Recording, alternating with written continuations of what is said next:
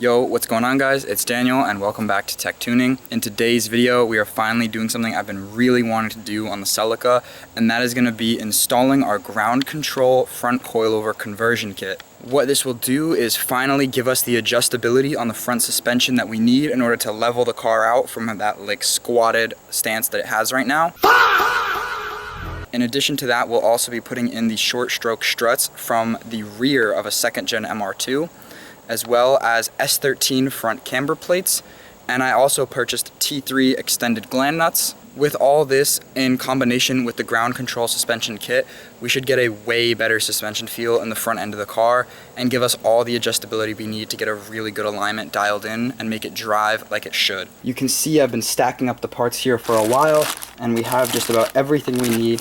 Like I said, the coilover conversion kit with the sleeves, the collars, and the springs themselves. I even bought helper springs in case it's a little too low and the spring rattles. These will keep them firmly in place.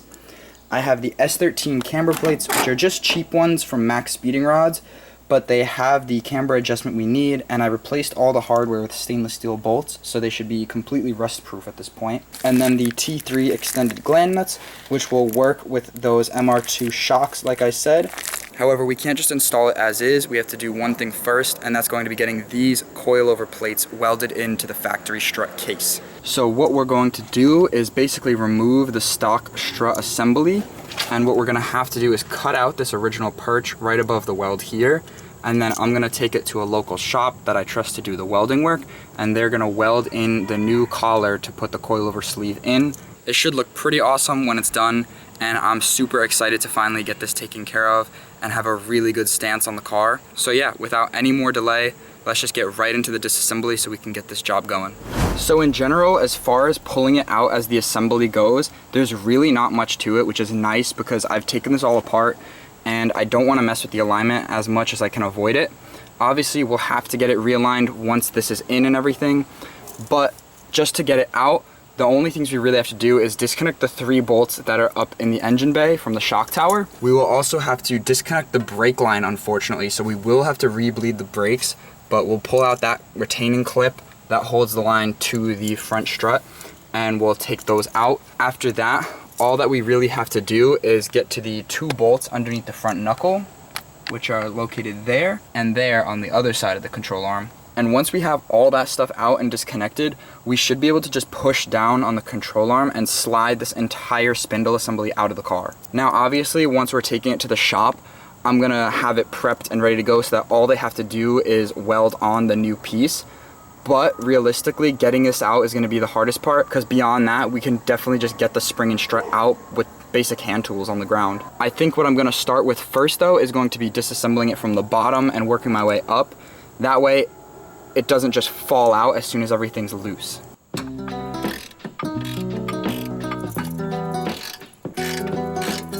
2 lower bolts are out. What I'm gonna do now is start disconnecting this brake stuff.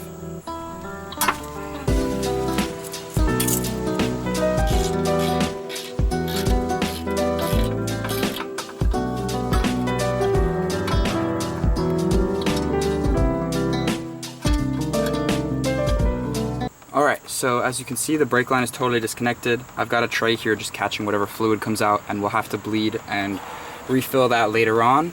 But what we should be able to do now is disconnect the 3 bolts up at the top, and then pushing on the control arm down, we can pull this whole thing out now. I did have to remove the caliper, which I didn't think about, but in order to get the line disconnected, you need the caliper off so that you can spin it. But that wasn't a big deal. That's just the 2 17s on the back of this.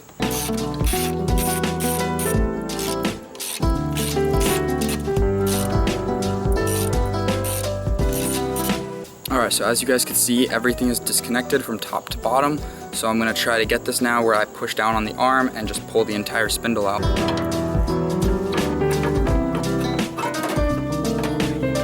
Alright, a little tougher than I thought it was going to be to get it out, but we got it.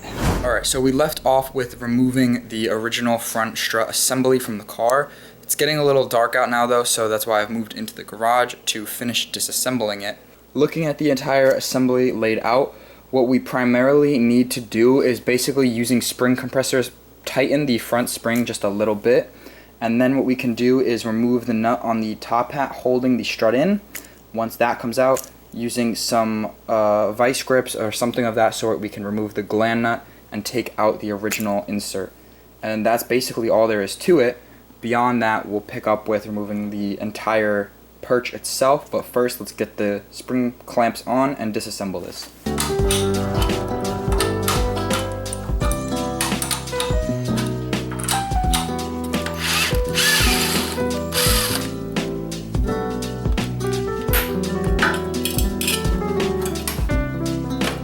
Okay, so everything is fully disassembled. All that's left now is to remove this here gland nut, and I'm just going to do that using like a pair of pipe wrench or something of that sort that can just get around the whole thing and loosen it.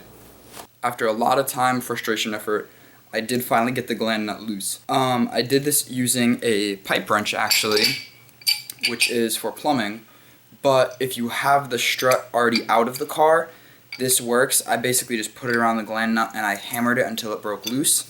So as you can see, it's moved a little bit. I still need to use the wrench to get it all the way off. It's a little stiff, but let me get this all the way out so we can pull out the strut. Alright, so with the gland nut out, I can put that to the side. And I've been told that these are also filled with oil, so hopefully we can pull this out without making a huge mess. But it definitely looks like we're going to make a mess, because this strut is for sure blown. Okay, it looks like there was a little rubber O-ring also holding the strut in, so pulling that out, hopefully we can get the strut to just slide out now. Yep. Oh! Oh!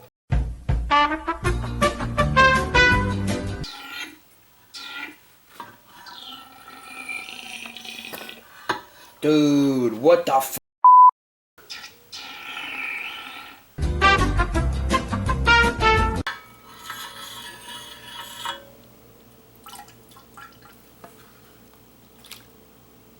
Alright, so as you see it, that is basically a wrap on the disassembly part of the job. Everything is apart. It was a massive mess with that shock being blown and the oil-filled strut tube. Oil got everywhere, but it is what it is. But what we're going to move on to next is going to be using a hacksaw and just really gently cutting away right above the weld here to remove the factory spring perch. This is going to be a really careful and gentle process because you do not want to cut through the actual strut case itself.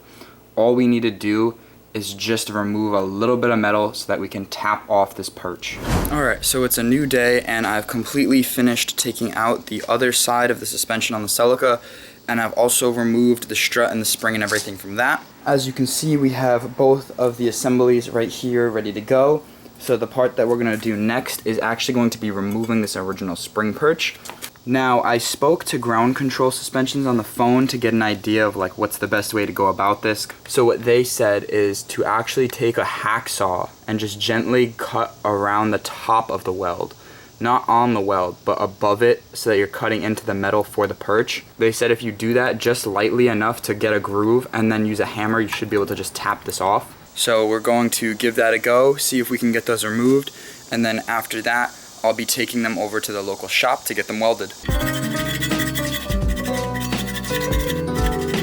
Alright, so this is the third blade I've been using cutting this, and after a really copious amount of time, I've finally gotten it to start splitting. So I'm using a dead blow hammer to just try and whack it off from here. That way we keep the most material possible preserved. After a lot of effort, we got it off, but very clean cut, as you can see. Looking at our strut case, we've got a very good seat that we can put that coilover piece on. You can see cutting it above the weld worked really well because the entire weld is still here, and that'll function as a very good baseline for where the new coil plate has to go.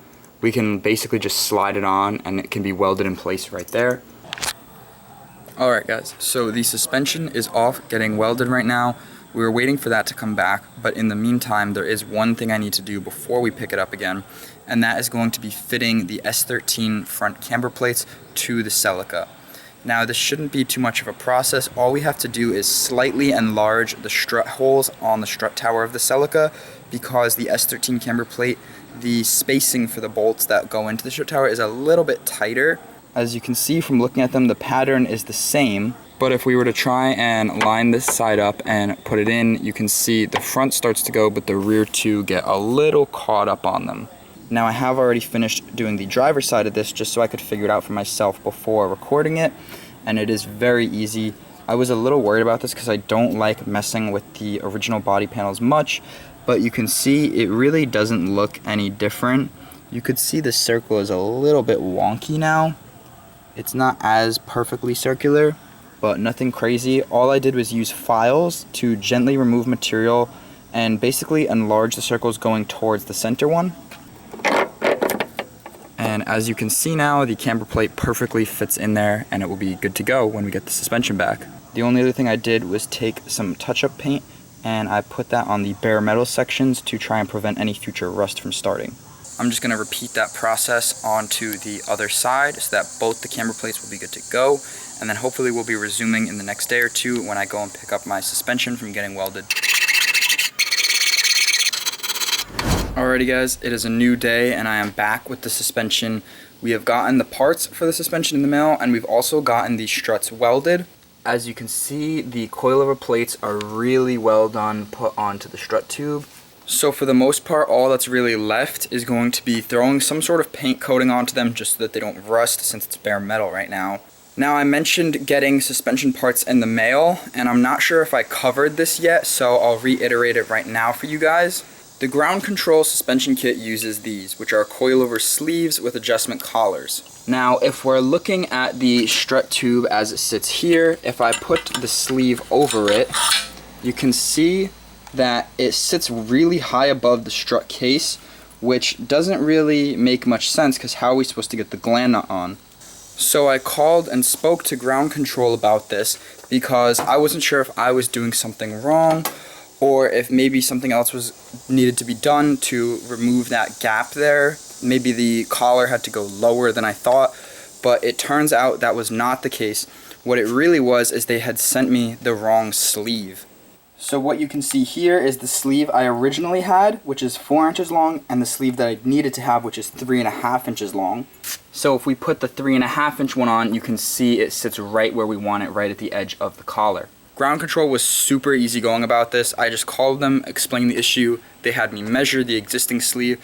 They confirmed that there must have been a mix-up of some sort and they sent me the right stuff right away. It got here in like 2 days flat, which was super nice of them to take care of that because I'm trying to get this done in a very timely fashion. I don't want to have the car sitting for super long again. So I really appreciated them going the extra mile to do that. What I'm gonna do now is I'm gonna just assemble one on my own first to get the idea of how it goes back together. Once I've gotten it figured out, then what I'll do is I'll record me assembling the other one and we can get back into the reinstallation process of putting them into the car. Alright guys, so I've made a lot of progress. Let me show you the one strut that is pretty much fully put together. That is this one here. I spray painted them just with some black gloss paint so the raw metal wouldn't rust. And what I've done since then is come up with shims for the bottom so that the extended gland nuts from Techno Toy Tuning would work. You need to put a small shim in the bottom of the strut tube in order to get a good fit with the gland nut. If you put just the strut in with the gland nut, it'll kind of wiggle around a little bit, as you'll notice. And because of that, I went and I got these washers. Now, the washers I bought are 1 3/4 overall diameter, so from edge to edge, 1 3/4. However, that was a little bit too big. When I put one in, it got stuck. And I spent like the last 2 hours just trying to fish it out with all sorts of crazy tools. This is one that I used a grinding wheel and I shaved it down just a little bit. Basically, I shaved it down on a 1/16 of an inch. So this is 1 11/16 diameter across. And this fits perfectly. I can use a magnet or something just to lower it down into the strut tube, and I had no issues. These fit good, and it's just enough that the gland nut can tighten and seat without having any slop in the strut. After figuring out that whole situation came the point of putting on this collar here, which is what I will pick up with on this one to explain to you guys how I did it. So the basic process of what I did is pretty easy. The ground control suspension kit uses 2 O-rings, which you put the O-rings onto the actual strut tube, and then the threaded collar is supposed to go over those O-rings so that it doesn't have any play while it's on there. Now, getting them to actually go underneath the threaded collar, the O-rings I mean, can be pretty tricky. I've been using high temp grease to lubricate them and make it a little easier, but what ground control recommended is getting it lined up and putting it on and using a like rubber mallet or like some sort of dead blow hammer to just whack it on. They said that like the quick application of force should pop it past the O-ring. However, that wasn't really working for me. So what I switched to doing is using fishing line and tooth floss, and I'll show you what I did to basically pull the O-ring over and inside the threaded collar. So you can see here I have two ends of fishing line coming out the top, and you can see there's one O-ring at the bottom and there's one right up here. And all I did is loop this around the O-ring, and I'm working it around the actual strut to pull the O-ring up underneath the collar. And then once it's seated, I can pop this one past the second one and it sits pretty well. One other important thing to note about the ground control kit is there's two opposite sides to these threaded collars.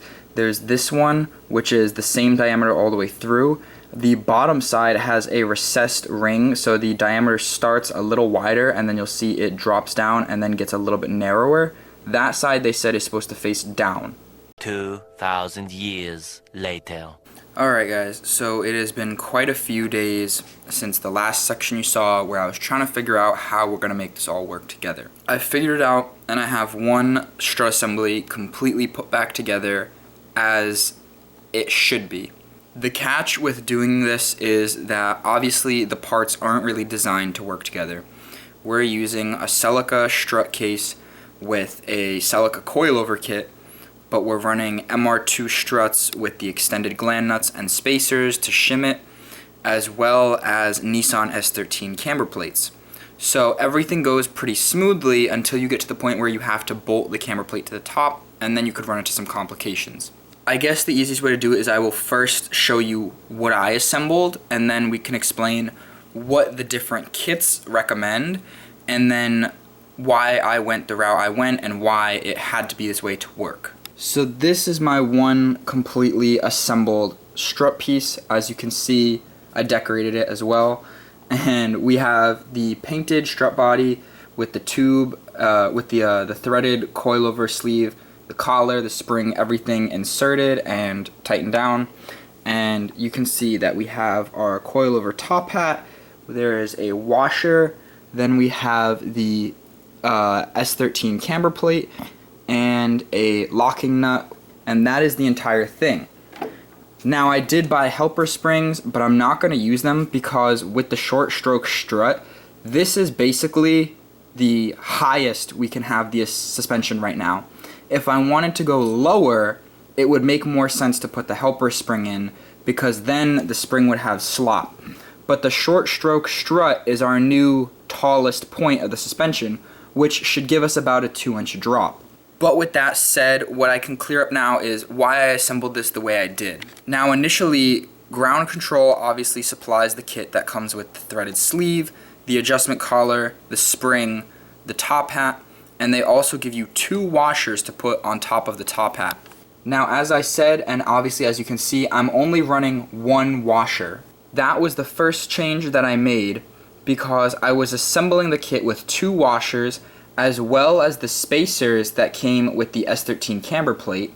The S13 camber plate comes with these 2 spacers, at least the one I purchased from Max Speeding Rods comes with these 2 spacers, which are meant to adapt the strut diameter to the larger diameter on the camber plate. So here you can see the strut assembly as is with no spacers, 1 washer, and if we went to put on the S13 camber plate, you'll see that it has a lot of lateral play because the inner diameter of the bearing joint on this camber plate is a lot larger than the outer diameter of the actual strut threaded portion itself. So what they provide are these little tube inserts which will go over your strut, and they actually fit the MR2 strut perfectly. So you would put the 1/2 on, you would put your camber plate on, then you would take the top one and put that on.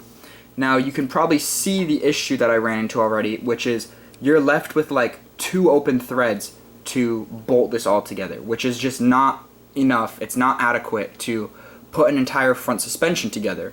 Then if you imagine that with the 2 washers that ground control wants you to do, you're left with literally like no threads. So that was why I first took out 1 washer and went from 2 to 1 washers for the ground control recommendation. And I also came up with a replacement for these.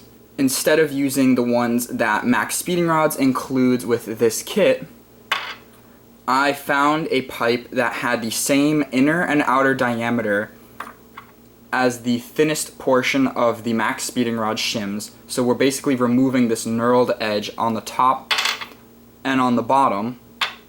So instead we're putting this sleeve on, which adapts our strut to the correct diameter for the Max Speeding Rod's camber plate.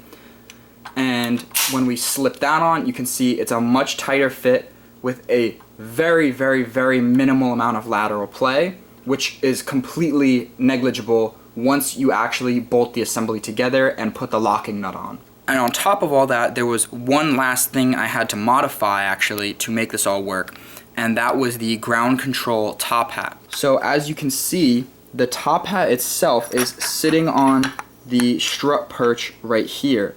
There's the part with the flat sides, which is normally where the stock top hat would sit.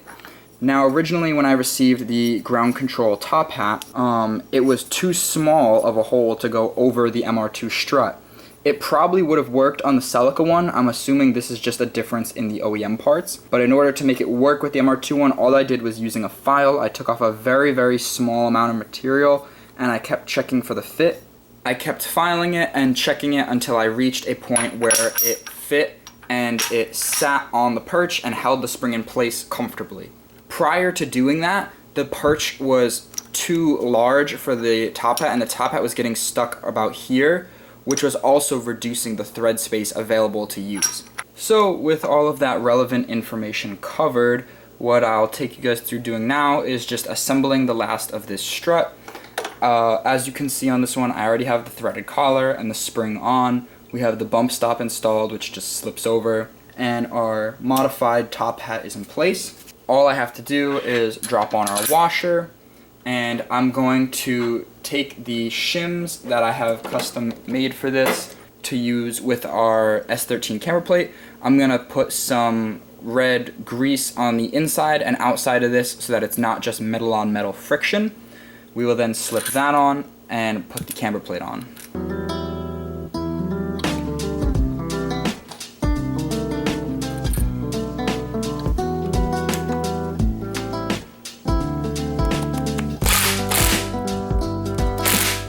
With that secured, the last step in assembling this is going to be adjusting our collar up as much as we can get it.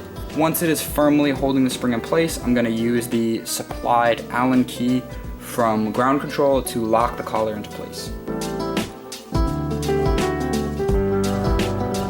Alright, and that is basically our completed coilover conversion for the RA65 Celicas.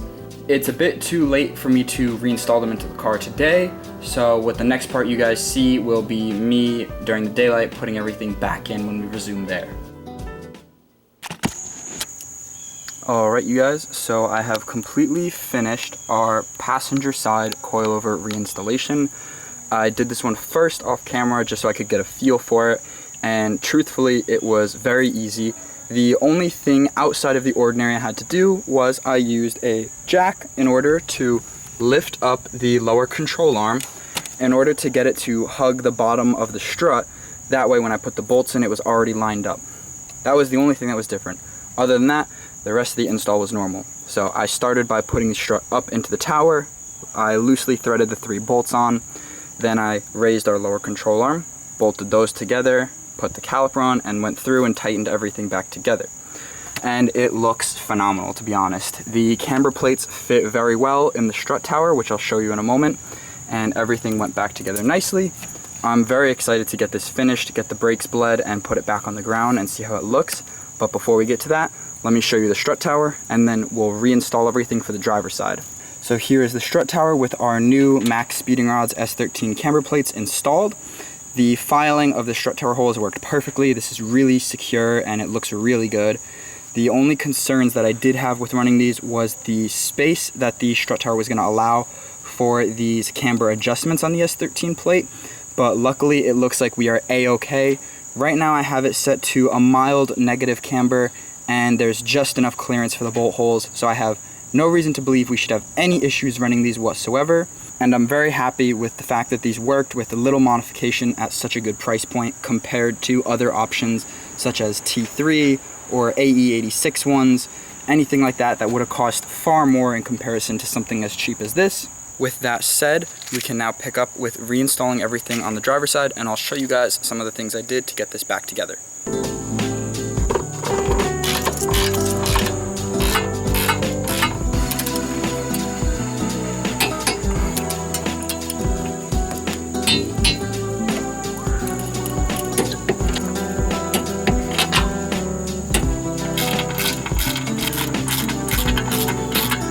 Okay, so our full assembly is back together.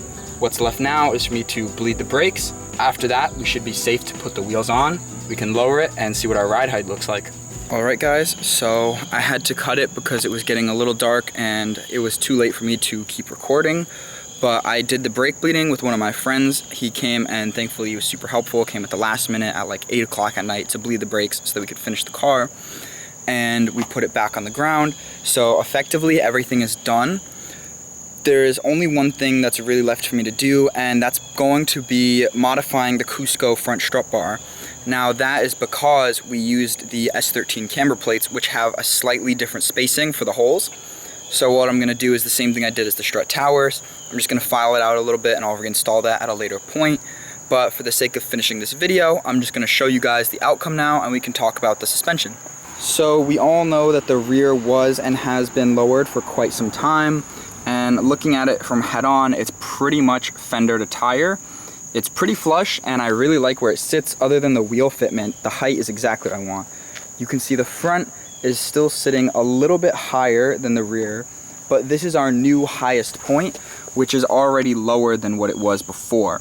Previously, you could get about 4 fingers in between the tire and the fender. Obviously, you can see now if we go to do that, it's not going to work. We can just barely get about 2, maybe like 2.5 if you were squeezing. But yeah, I mean, I like it a lot. It's sitting really nice. We're definitely rocking a little bit of camber. I think it's a hair negative, nothing crazy. But we have plenty of room to adjust that and tweak it because obviously the car is completely unaligned right now.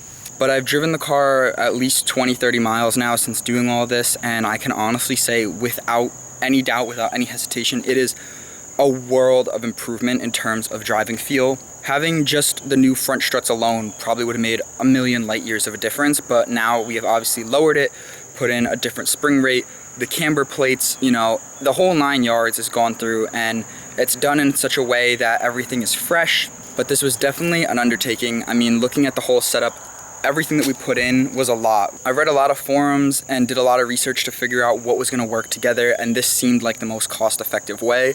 Other options such as Gecko racing coilovers, BC coilovers, Techno toy tuning ones were a lot more expensive. And I did buy the ground control helper springs, which I didn't wind up using yet because we're not quite low enough to need them, which I will likely use them after we adjust the suspension and lower it more. But for the time being, all I can say is this was 100% needed. Like, the suspension and handling is a million times better, and it's not even aligned. I can't even stress that. Like, without an alignment and it's driving so much better, I'm just over the moon. Thankfully, ground control gave us a really good spring rate and they're not too stiff, so it feels really comfortable on the street still. And yeah, I'm just happy that I could make something like a video such as this to help everyone else out and put some more information out there. Look out for a follow-up because I do really want to do some more suspension mods, and I want to do a video where I'll discuss everything that we've done to the car from front to back and talk about what I think was worth it, how much everything costed all in all for the front, the rear, everything. And thank you as always for watching, guys. I really hope it helped you guys in the future with modifying your cars, and I will see you guys in the next video. Peace out.